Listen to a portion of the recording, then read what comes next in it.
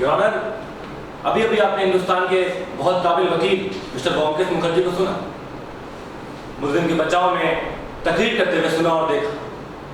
तकरीर के दौरान मैं ये सोच रहा था कि मैं इस अदालत में एक वकील की तकरीर सुन रहा हूं या फिर स्टेज में आला दर्जे का अदाकार देख रहा हूं। मगर योर ऑनर, ये सन्यासियों का मठ नहीं, ये थिएटर का स्टेज नहीं है, ये अदालत। यहाँ मुकदमों का फैसला मुस्लिम के चाल चलन, उसके चेहरे के भोलेपन, उसका शानदार यूनिफॉर्म या फिर सोसाइटी में उसके दर्ज को देखकर नहीं होता, बल्कि अदालत में पेश किए गए सबूत और बयानात के बिना पे होता है।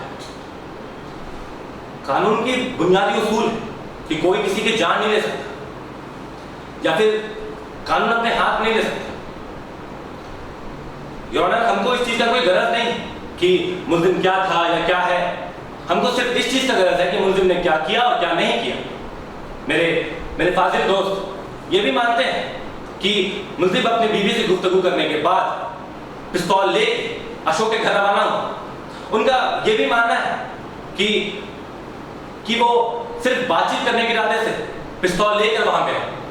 काबिल गौर योर ऑनर, सिर्फ बातचीत करने के इरादे से पिस्तौल लेकर, यानी वो ये यकीन कराना चाहते हैं कि एक आदमी अपनी बीवी की कलम की दास्तान उससे सुनकर कलमकार के घर सिर्फ बातचीत करने के इरादे से गया पिस्तौल लेकर, और अनिल ने अशोक को जानबूझकर नहीं मारा, वो बदकिस्मती से जानबूझकर मर गया, सिर्फ अपनी बदकिस्मती की वजह से। मेरे फाजिल दोस्त ये भी मानते हैं कि झगड़ा हुआ था, लेकिन अहम सवाल ये उठता है कि अगर झगड़ा हुआ था तो पिस्तौल पर किसकी उंगलियों के निशान थे? फिंगरप्रिंट रिपोर्ट के मुताबिक पिस्तौल पे मुल्जिम की उंगलियों के निशान थे। इसके बाद शक तो भाई कोई गुंजाइश नहीं रहती कि मुल्जिम ने पिस्तौल चलाया और जानबूझकर चलाया।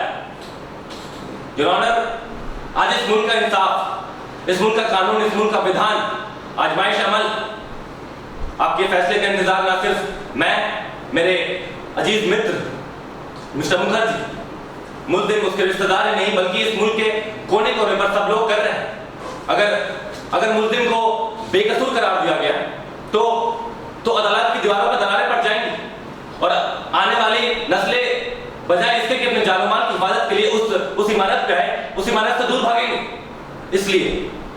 इसलिए ध्यान रखा जाए कि कानून की तारीख लिखने वाला इस मुकदमे का जिक्र करते हुए कहीं अपनी आंखें नीची ना कर ले।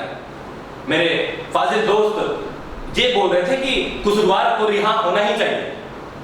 योर ऑनर, कसूरवार को सजा मिलनी ही चाहिए। इंसाफ की इज्जत और कानून की हिफाजत के लिए कसूरवार को सजा मिलनी ही चाहिए और अनिल कसूरवार है। Thank you honour.